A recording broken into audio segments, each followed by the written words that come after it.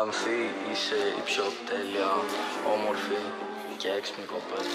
Ανθή, έχεις γιάτ και είσαι η πιο τέλεια, όμορφη, έξυπνη, μοναδική κοπέλα στην πόλη. Ανθή, μου βάζεις λεφτά, γαμάς μου μια. Ανθή, είσαι το G και τους γαμάς όλους. Τι κοζάρι στην καδένα με τα φράγκα μαζεμένα. Είσαι που στους μποτομιέρα, καταπίνεις όλη μέρα. Το παίζεις και ραντοντάει, εσύ μπόνι, εγώ κλάιντα. Έλα βλάκα κάιμα, ξεκαπλώνω alibi.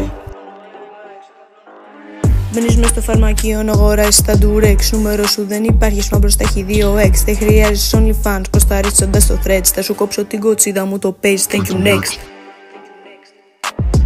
Σκάσαν την Αλκάιντα με τα ράστα στα μαλλιά. Ίδιο show Αλιμπαμπά, μα δεν έχει πια μπαμπά. Αγαμία ξακουστή, σε γαμάει από το αυτί. Και το μουσ είναι μακρύ, το μπερδεύεις για μουνί. Είχα πάει στη Συγκρού και είπα σε ξέρουν πολύ. Και τους έχουν πάρει από πίσω, δεν κάνει γυρί. Τι κοζάρι στην καδένα με τα φράγκα μαζεμένα. Είσαι που στους μποτομιέρα, καταπίνεις όλη μέρα. Το παίζεις και ραντοντάει, εσύ μπόνι, εγώ κλάιντα. Έλα βλάκα κάιμα, ξεκαπλώνω alibi.